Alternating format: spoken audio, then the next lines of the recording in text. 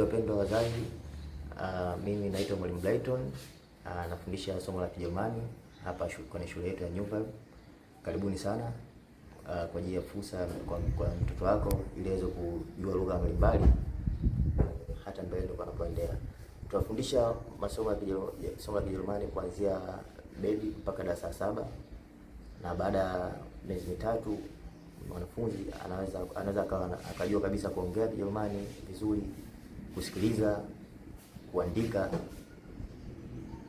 Karibuni sana. Na kwa wazazi ambao wapo nje ya mkoa au kata, pia unahusiwa hata weekend kuja kujifunza Kijerumani. Karibuni sana.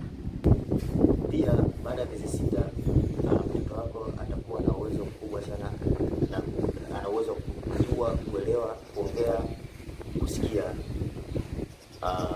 kuandika na kusoma kwa lugha ya Kijerumani.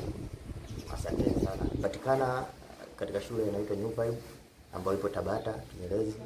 Kwa wakazi wote wa Dar es Salaam, mnaweza kupanda gari la Kinyerezi, mtashuka kituo kinachoitwa Saluni.